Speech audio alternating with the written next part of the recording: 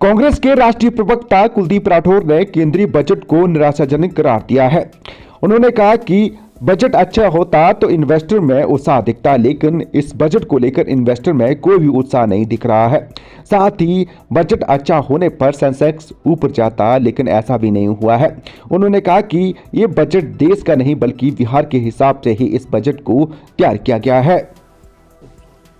बहुत बड़े बड़े दावे जो है इस बजट से पूरे किए गए, लेकिन आज जब बजट आया तो बहुत निराशा जो है हुई है। और किसी भी बजट का जो आकलन है वो स्टॉक मार्केट करती है, और आज स्टॉक मार्केट जो है सेंसेक्स 250 पॉइंट नीचे गिरा है।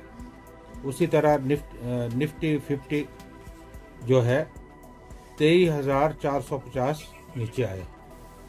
ये इस बात को इंगित करता है कि इन्वेस्टर में कोई उत्साह नहीं, और अगर बजट अच्छा होता तो सेंसेक्स ऊपर जाता। कुल मिलाकर ये जो बजट है ये आंकड़ों का मायाजाल है, और बार बार बिहार का जिक्र हो रहा था, और ऐसा लग रहा था कि ये बजट केंद्रीय बजट ना होकर बिहार का बजट। भारत गणराज्य में 28 राज्य हैं, केंद्र शासित प्रदेश भी, किसी का कोई जिक्र नहीं हुआ, सिर्फ बिहार का हुआ, क्योंकि बिहार में चुनाव जो है दहलीज पे, और ये सरकार बैसाखियों के सारे चल रही है, क्योंकि नीतीश कुमार जी का दबाव है। इसलिए बजट में बिहार को ज़्यादा महत्व दिया गया। हम ये नहीं कहते कि बिहार की अनदेखी होनी चाहिए थी, लेकिन 28 राज्य और भी हैं, उनका ख्याल जो है नहीं रखा गया। रोजगार सृजन को लेकर कोई बात नहीं हुई। देश में लगातार बेरोजगारी बढ़ रही है, उस बेरोजगारी को किस तरह से दूर करना है उसके बारे में जो है कोई चर्चा इस बजट में नहीं हुई। इनकम टैक्स में राहत देने की बात हुई, लेकिन उसमें भी जो है लगता है कि कई शर्तें, अभी जो है बिल आएगा और बिल में क्या होगा उस बारे में संदेह है, क्योंकि शायद दिल्ली का चुनाव भी है, उस चुनाव के दृष्टिगत भी बहुत सारी बातें हुई हैं।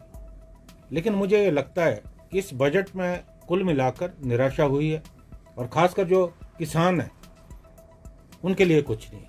जो कृषक हैं, एमएसपी को लेकर कोई बात नहीं हुई।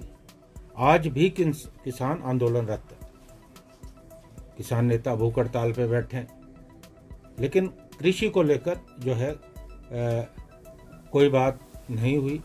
लगातार महंगाई बढ़ रही है, जिस अनुपात में महंगाई बढ़ रही है लोगों की आय नहीं बढ़ रही।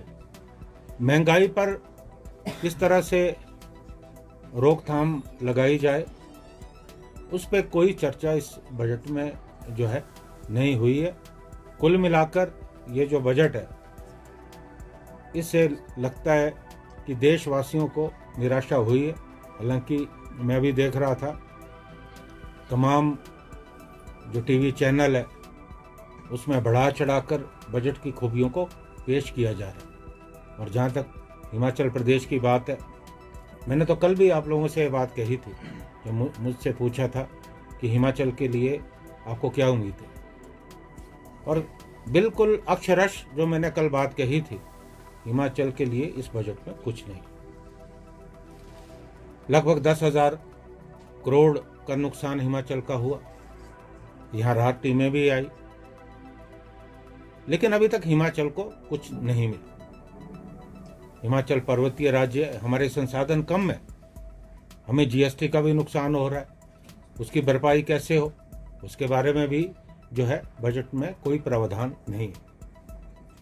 हमारे जो बागवान है, हमें आशा थी शायद जैसा वायदा किया गया था चुनाव से पूर्व, जो आयात शुल्क का एक बहुत बड़ा मुद्दा है कि उस आयात शुल्क को जो है बढ़ाया जाएगा ताकि जो बागवानों की गिरती आर्थिकी है उसकी भरपाई हो सके। लेकिन बागवानों के लिए भी इसमें कुछ नहीं है। टूरिज्म सेक्टर को लेकर हमें जो उम्मीदें थी वो भी नहीं हुआ, और रेलवे के लिए बड़े बड़े जो है बातें हुई, लेकिन जो भी रेलवे के प्रोजेक्ट हिमाचल प्रदेश में हिमाचल सरकार ने अपना शेयर तो दिया है, उसको लेकर भी जो है इस बजट में कुछ नहीं। और मैं ये कहना चाहूँगा कि जहाँ पूरे देश में एक आधे राज्यों को छोड़कर निराशा है, वहाँ हिमाचल प्रदेश फिर से अनदेखी का शिकार हुआ। हिमाचल प्रदेश के लोग बहुत निराश हैं। एक बार फिर से हिमाचल के साथ जो है सौतेला व्यवहार केंद्र की सरकार ने किया है। और पिछले बजट में जो पासिंग रेफरेंस वित्त मंत्री निर्मला सीतारमण जी ने दिया था कि हिमाचल में जो आपदा आई है उसकी मदद करेंगे, इस बार उसका कोई जिक्र है नहीं। तो हम इस बजट को लेकर जो है बिल्कुल निराश हैं।